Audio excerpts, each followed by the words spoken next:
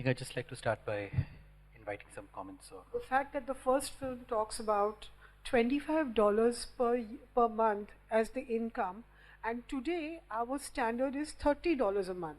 So how much growth have we done as compared to inflation? So the relevance of seeing the first film was more important to me and hit me. This point about in 1972, the income was $25 per month. And today, in 2015, India's 75% average is $1 a day, which is $30. That's and we're talking about a $5 time. Yeah, we're talking about a time when the dollar was about 8 to 10 rupees a dollar. Right, and now we are paying more for the rupees, and the numbers are just fractional.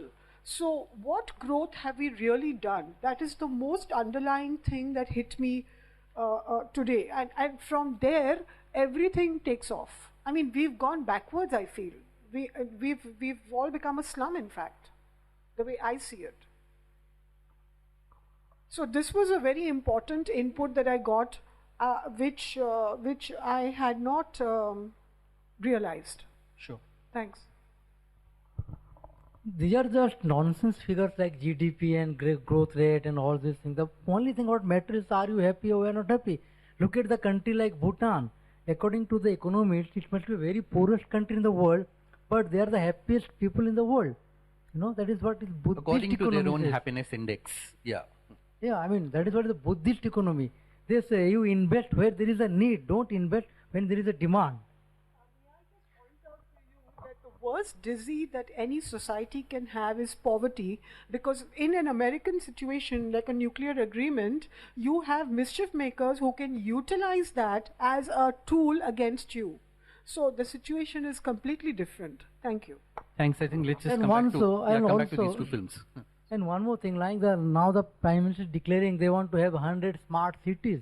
Instead of having smart cities, they should focus on having smart villages, not to convert all the villages into city or metro kind of thing. That is a more disaster. I think let's move on, please. Let's move on to come back to the films. Just last week, a whole village was vacated and not even reported in the news, and their houses were damaged.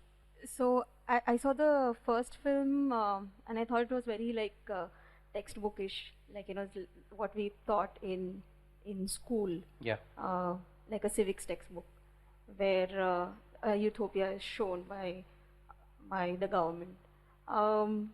So that struck very strongly, and the next film then goes on to show it from a very personal, like family kind of take on it, where I was kind of numbed by the film, because there's just helplessness on both ends, but then you look at the guy and you can see how convenient he's being in kind of rejecting all theories of for his own convenience. So so I kind of took that feeling along with me. Somehow I'm still trying to see the connection between the two films, and why have you shown them together? Yeah, I mean, to be honest, I had not seen the first film. I didn't get a chance to do that. But just looking at the FD catalog and looking at the synopsis of the film, I was looking at something where trying to connect internal migration within India to migration overseas. And one film which is a macro image, an overall planner's perspective and a state perspective, saying life in the village is so terrible.